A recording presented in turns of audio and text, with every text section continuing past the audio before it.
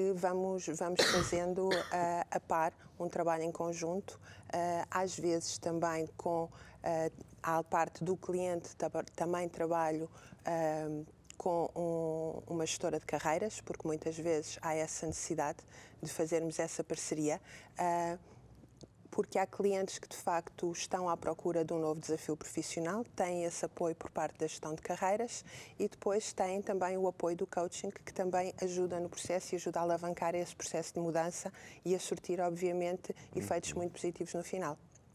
Tem notado uma grande procura dos serviços de coaching? Tenho notado procura, sim, felizmente, a procura tem aumentado. Com essa procura vem também alguma desconfiança, porque de há uns tempos a esta parte o mercado ficou com muitos coaches, não é?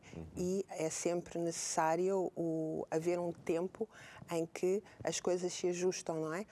Portanto, há colegas de coaching que realmente estão a trabalhar de uma forma muito séria, mas também há clientes que chegam até nós que já tiveram experiências de coaching que afinal não era assim aquilo que esperavam, portanto não era aquilo a que eu chamo... Isso é como em todas as profissões. Exatamente. Sim. Portanto, é necessário também fazer um bocadinho esse trabalho e desmistificar esta coisa que o coaching é uma moda. Portanto, não é, como já percebemos, mas de facto a procura para acompanhar clientes tanto a nível profissional como a nível pessoal tem vindo a aumentar, felizmente, sim. E as pessoas começam a olhar para o coaching como uma ferramenta de desenvolvimento pessoal e como efetivamente veem mudanças e veem benefícios na sua qualidade de vida, isto vai passando também de boca em boca, não é?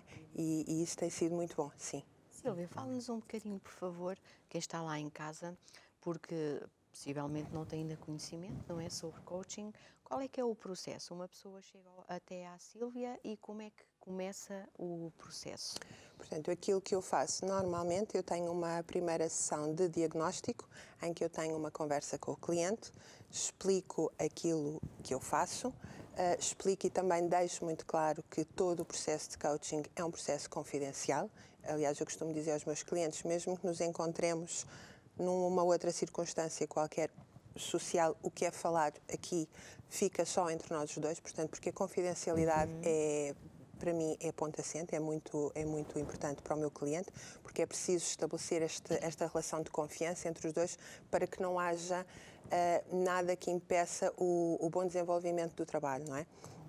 Depois disso, o cliente normalmente fala-me do objetivo que quer atingir, se é um objetivo pessoal ou se é um objetivo profissional. Exato. E vamos trabalhando ou as crenças que o cliente tem, ou vamos trabalhando os valores. Muitas vezes também trabalhamos a autoestima, porque há muitas pessoas que vêm com algumas crenças de trás e é preciso desmontar essas crenças e começar a tirar as camadas da cebola, não é? Para chegarmos lá dentro.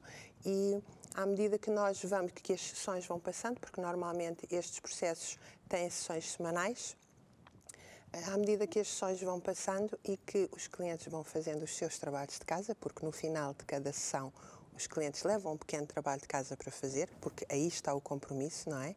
Tem que haver um compromisso e tem que haver uma responsabilização e neste caso a responsabilidade é do cliente, porque a vida é do cliente, não é?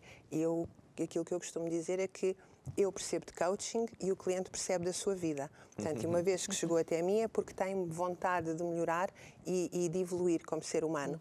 Portanto, isso implica trabalho e o trabalho terá de ser feito pelo cliente, sempre com a minha ajuda. Eu estou sempre contactável quando há necessidade, durante os processos de coaching e mesmo depois dos processos terminarem, os meus clientes sabem que a qualquer altura falam comigo, enviam mensagem por WhatsApp e assim que eu tenho a disponibilidade eu respondo e acompanho o processo, porque acho que é assim que faz sentido que seja. Claro que não é o caso agora, que você agora não vai responder a ninguém. Agora não vou responder a Se ninguém. houver algum Só telespectador que se quiser apresente aqui telefonar, uma questão... Se alguém quiser responder a alguma questão, terei todo o gosto em responder. Claro que sim, claro que sim. Então, já sabe, tem essa... Já sabe. E a Silvia falou aí de dois tipos de coaching, o executivo e o pessoal, porque existem vários, não é só esses dois. Existe até o coaching desportivo, também já foi muito falado. Exatamente. Você optou por essas duas áreas porque foi aquilo que lhe interessou mais? Estas são as minhas áreas porque foi a minha opção, a minha escolha. No entanto, para mim é um bocadinho difícil de dissociar o life coaching do executive coaching. A pessoa é mesmo. Exatamente, portanto, nós somos só um, não é? Muitas vezes o cliente pode achar e acha que tem uma situação que é pessoal e que nós começamos a trabalhar essa situação e a determinada altura da sessão ou do processo de coaching nós percebemos que há ali qualquer coisa que afinal, que o que causa alguma falta de estabilidade é uma situação profissional. E então vamos trabalhar essa situação profissional. Também acontece chegarem executivos com situações que, no fundo, se refletem também por causas pessoais. Pois. Mas também há pessoas que só querem mesmo trabalhar a parte do life coaching da sua vida e há pessoas que também só querem trabalhar a parte profissional de executivo. Portanto, é um bocadinho satisfazer sempre a necessidade e o objetivo que o cliente tem. Depois, o nome que lhe damos, na minha perspectiva, não é tão interessante. Neste caso, tem que haver uma definição de life coach ou executive coaching para que também as pessoas não pensem, por exemplo, que eu sou uma coach de alta performance, que não é o caso. Portanto, eu não sou uma coach desportiva, o meu coaching não, a minha especialização não está, por exemplo, em crianças e jovens e adolescentes. Portanto, a mim parece-me que é justo que se faça essa diferenciação para também as pessoas perceberem qual é a minha função, não é? Pois, por isso é que eu estava a falar daqueles... Gosto que fique claro, não é? Porque às vezes... Pronto, ainda bem. E as suas sessões são sempre individuais ou você também faz com outras pessoas? Se for uma empresa, para um grupo de trabalhadores da mesma empresa também faz? Sim, também. Também fazemos coaching em empresas, em grupos, fazemos palestras de motivação, também trabalhamos um tema que agora começa felizmente a ser mais abordado, que é o tema da felicidade nas organizações, que isso também é importante, porque é importante que as organizações sejam felizes e que tenham pessoas felizes a trabalhar, porque isso também não se traduz em números de uma forma muito concreta, mas se calhar ao final de um ano os resultados da empresa podem ser bem melhores se nós estivermos a trabalhar com pessoas felizes e para pessoas felizes. E cada vez mais, exatamente, as organizações olham para os seus colaboradores como pessoas e não só como números, não é? E isso é muito importante. Talvez, o que é que seria nós aqui neste programa, somos aqui uns casmurros, tudo. Nem pode, todos muito... Não, faziam. Nós trabalhávamos isso. Trabalhávamos isso. A Sílvia vinha logo aqui tratar da gente. Exatamente. Nós trabalhávamos isso. E uma pergunta, Sílvia. As pessoas normalmente, elas conhecem-se a si próprias? Não. Eu calculava que fosse essa a resposta. Não se conhecem, mas é muito gratificante ao fim mesmo da primeira sessão em que nós fazemos, o cliente me dizer: a Sílvia está-me a fazer pensar em coisas que eu não pensava há 20 anos. Isto porquê? Porque a nossa vida é muito acelerada. Nós temos o nosso ritmo é muito acelerado. Nós temos o trabalho, temos a família, temos tantas preocupações ou desafios, como nós chamamos em coaching, que muitas vezes nos esquecemos de nós como indivíduos. E o que é também muito positivo nestas sessões de coaching é haver uma empatia entre o coach e o seu cliente, em que ele está perfeitamente disponível e que se abre e que, de facto, começa a perceber, muitas vezes, que tem capacidades que nunca se tinha percebido por falta de tempo, porque o coaching também leva a alguma introspeção. Isto não é ser fofinho, isto abana a estrutura das pessoas, daí haver necessidade de se trabalhar com muita ética. Portanto, nós quando estamos a trabalhar o ser humano, nós obviamente que percebemos que muitas vezes não há esse tempo para nós olharmos para nós, porque nós temos tanta coisa à nossa volta que nos consome, são as tecnologias, é a vida profissional, são os filhos, são depois porque temos que levar o filho à natação, a filha ao balé e depois ainda temos que preparar os jantares e isto absorve-nos, o que nos tira muito tempo para olharmos para nós como sim. indivíduo e como ser humano. Portanto, em resposta à sua pergunta, muitas vezes as pessoas não se conhecem. Pois. É incrível. As pessoas não tiram um bocadinho de tempo porque também não conseguem. Lá está, por causa deste sistema que nos obriga a andar a correr de um lado para o outro. Sim, Cristina, não consegue, mas no entanto, quando há essa predisposição, as pessoas percebem que também não é assim tão difícil.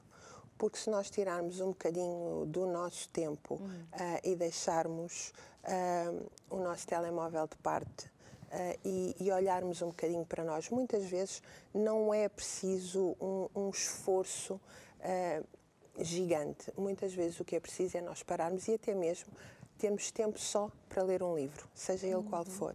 Porque o livro já nos faz viajar, já nos faz ver outras realidades e também nos faz pensar um bocadinho. Portanto, tudo aquilo que nos faz olhar para nós como ser humano é muito gratificante, porque tudo isso depois se vai refletir nas nossas relações com os amigos, com a família, com os filhos, no trabalho, porque conhecemos-nos melhor. Quando nos conhecemos melhor, somos pessoas mais seguras. Portanto, a nossa autoestima sobe. Claro. Conhecemos, obviamente, os nossos limites, porque todos nós os temos, mas também conhecemos o grande potencial que nós temos e que muitas vezes não nos apercebemos que o temos. E essa é a riqueza de qualquer ser humano.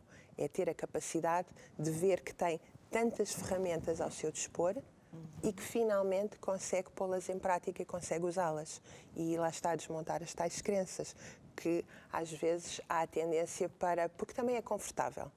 O ser humano gosta do conforto, portanto, às vezes é confortável. E tem medo da eu não mudança. consigo, porque a culpa nunca é do próprio, é sempre do sistema, do vizinho, do trabalho, do chefe, do governo. Mas quando nós temos vontade de mudar, é possível, obviamente. Mas isso eu noto agora uma diferença realmente na conjuntura da sociedade em si, porque antigamente as pessoas começavam uma profissão, às vezes aos 14, 15 anos, e ia até à reforma. E agora não, agora nota-se que as pessoas já perderam o medo da mudança. Já há muito mais gente que ao longo da vida tem 4, 5, 6 profissões diferentes e mudam facilmente de uma empresa para a outra e não têm medo de perder o emprego, este medo do desconhecido, medo de dar um passo em falso.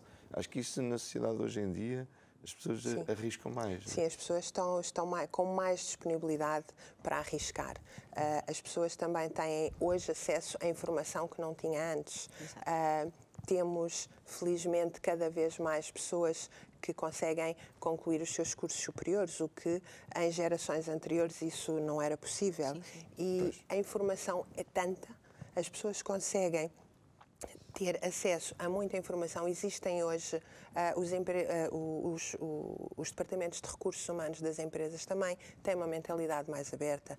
Existem gestores de carreira que apoiam as pessoas durante as suas carreiras. Existem coaches. Existe uma série de ferramentas e uma série de meios que estão ao dispor das pessoas que há uns anos atrás nós não tínhamos. E isso é muito bom, nós começarmos a ver esta nova... Não é só a nova geração, porque as pessoas, eu noto muito isto nas pessoas da minha idade. Portanto, eu tenho 46 anos e eu já tive outras profissões lá atrás, não é? E obviamente que arrisquei, tive vontade de arriscar. Da mesma maneira que eu fiz, há muitas pessoas nesta faixa etária dos 40 a 50 anos que estão a apostar nesta transição. Que é a nossa. Que é a nossa. Que é a nossa. Aqui, portanto, sim. E porquê? Porque também cada vez mais nos conhecemos melhor e acreditamos no nosso potencial, não é? E isso, quando nós acreditamos em nós, nós também é mais fácil, as coisas fluem, porque não há medos.